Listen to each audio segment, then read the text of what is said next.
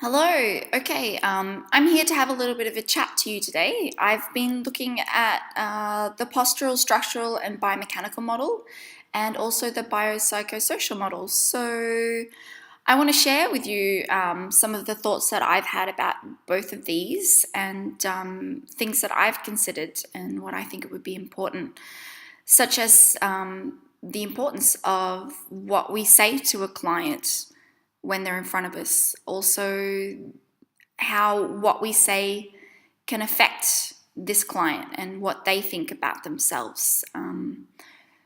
Good. So, I'm going to use a scenario or an example today, something that rings through to me about lifting weights. So, let's move on.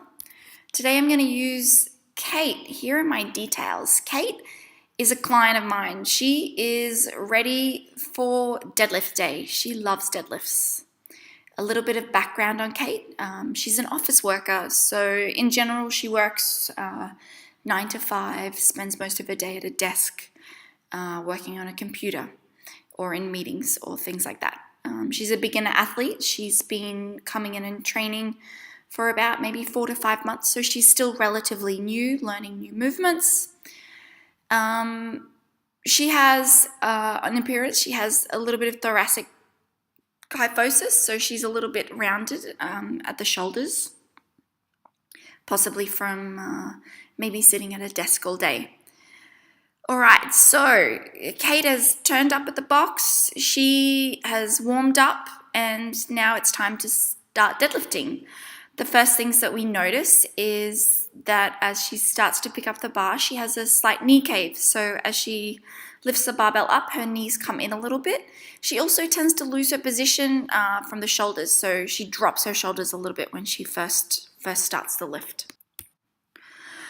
Okay, so if I was going to use the postural, structural, and biomechanical model, I would feel like I would almost create a list of the things that we need to fix. So I would look at her and go, we need to fix her thoracic spine mobility. That needs to be fixed maybe first.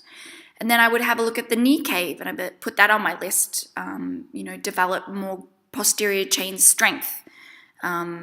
Before she moves on. And then the shoulder drop, that would mean that I would need to maybe fix her lat strength. Okay, good. I have my little list of everything that is wrong with this client, everything that needs to be fixed before she can pick up a bar. So I need to call off deadlift day. Based on the PSB model, it suggests that anybody that's outside of a normal posture or has any asymmetries or anything like that is at a higher risk or could definitely cause injuries. So that's it. Deadlift day is done. Accessory work for Kate. Now let's have a look at the biopsychosocial model. Okay, is deadlifting for Kate right now still going to be safe? Yes, it's not perfect, but it's not causing her any pain and she's happy. A little bit more information. It turns out that Kate has a really big presentation due. She's going back to work after this today. This is her 1 hour to get her sanity back for a little while, so she's in here to have a good time. So will deadlifting right now make her feel super awesome? Yes, that's really important. It's really important to come in and feel good. Let's have a look at how avoiding the movement might make her feel. It's quite possible that, putting a fear of lifting something up with the possibility of causing injury, if not perfect, could then put that in her head. Maybe she'll be looking for it from then on in if she's not doing everything perfectly.